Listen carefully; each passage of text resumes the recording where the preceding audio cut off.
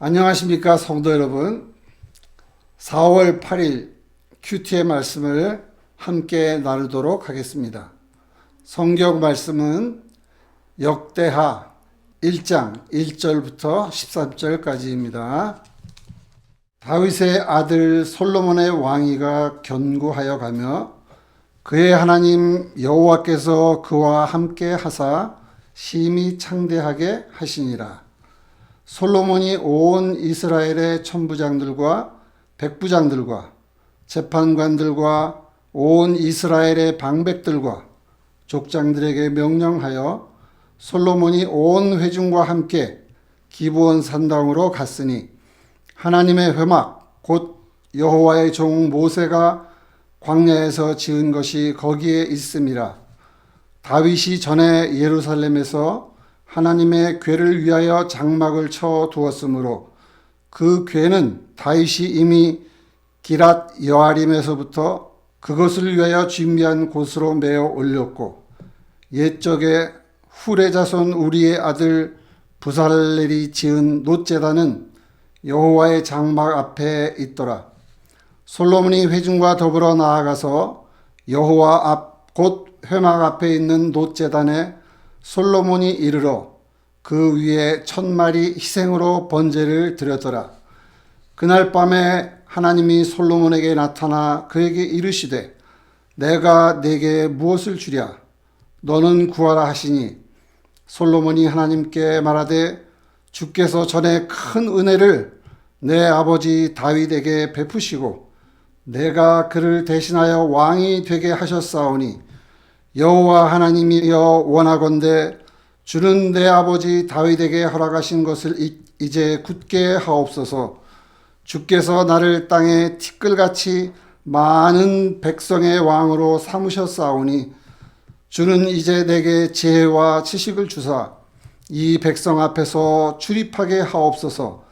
이렇게 많은 주의 백성을 누가 능히 재판하리까 하니 하나님이 솔로몬에게 이르시되 이런 마음이 내게 있어서 부나 재물이나 영광이나 원수의 생명 멸하기를 구하지 아니하며 장수도 구하지 아니하고 오직 내가 내게 다스리게 한 내 백성을 재판하기 위하여 지혜와 지식을 구하였으니 그러므로 내가 내게 지혜와 지식을 주고 부와 재물과 영광도 주리니 내 전에 왕들도 이런 일이 없었거니와 내 후에도 이런 일이 없으리라 하시니라. 예, 솔로몬이 기브온 산당 회막 앞에서부터 예루살렘으로 돌아와서 이스라엘을 다스렸더라.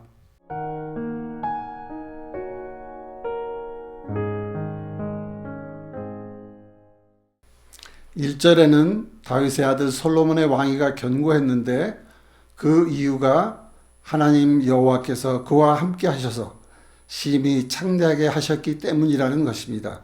즉 하나님의 그와 함께 하심, 오직 하나님의 은혜가 솔로몬의 왕위를 심히 창대하게 만드셨음을 선포하는 감동의 말씀임을 묵상하게 됩니다.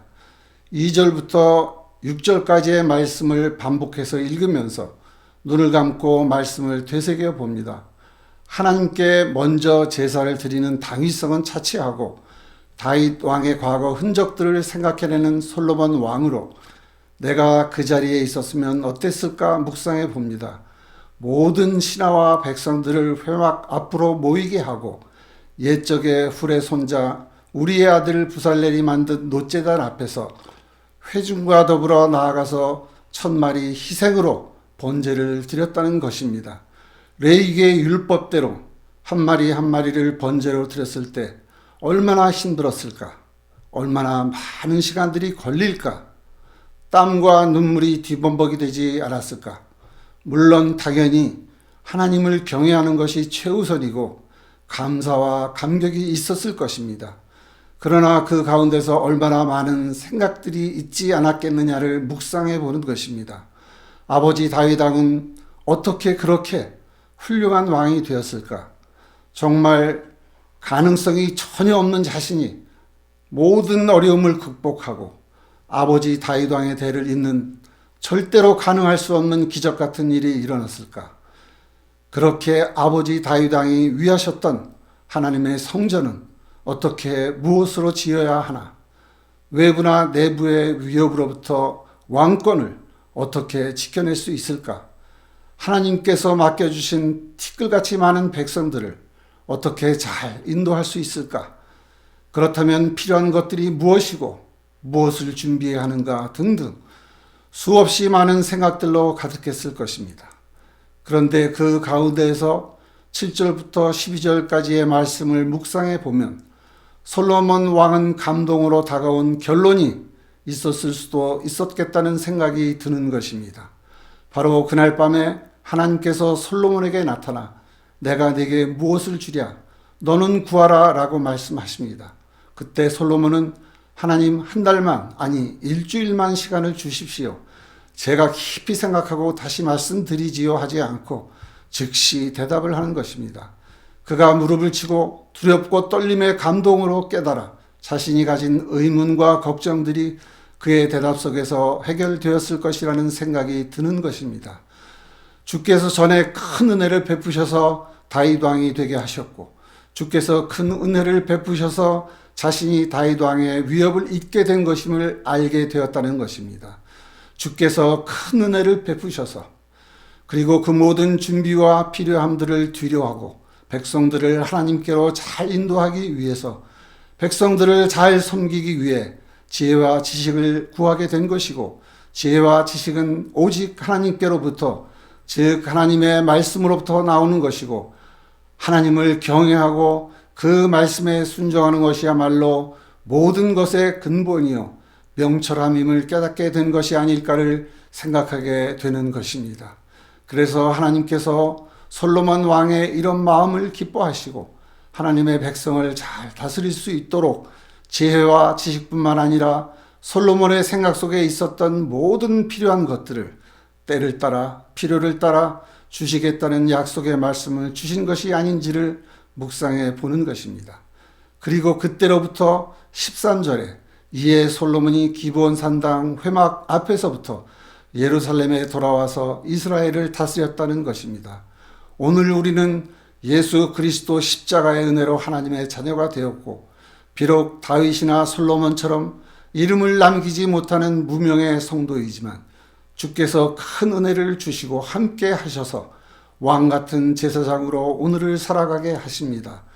사랑의 하나님께서는 다윗 왕과 솔로몬 왕과 오늘을 사는 성도들을 차별하지 않으신다는 것입니다. 하물며 성도들 간에 무슨 차별이 있겠는가를 생각하게 됩니다. 그래서 우리의 발걸음이 옮겨지는 곳에서 발걸음이 머무는 곳에서 만나는 많은 사람들에게 기쁨을 주고 유익을 주는 그리스도인의 이름으로 합당한 삶을 살기를 소망하고 일상의 하루를 시작하면서 오늘의 말씀을 묵상해 봅니다.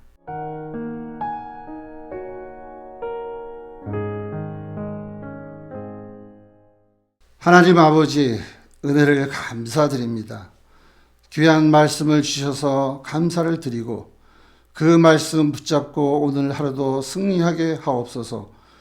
우리에게 오늘 필요하고 준비해야 할 일들을 뒤로 하고 주께 구하오니 솔로몬 왕에게 약속하신 지혜와 지식을 주옵시고 그렇게 은혜를 베푸시는 좋으신 하나님을 기억하면서 오늘 하루도 그리스도인의 합당한 삶을 살아내게 하옵소서. 함께 하셔서 사랑하는 주의 자녀들에게 은혜 베푸시기를 기뻐하시는 예수 그리스도의 이름으로 기도드립니다. 아멘.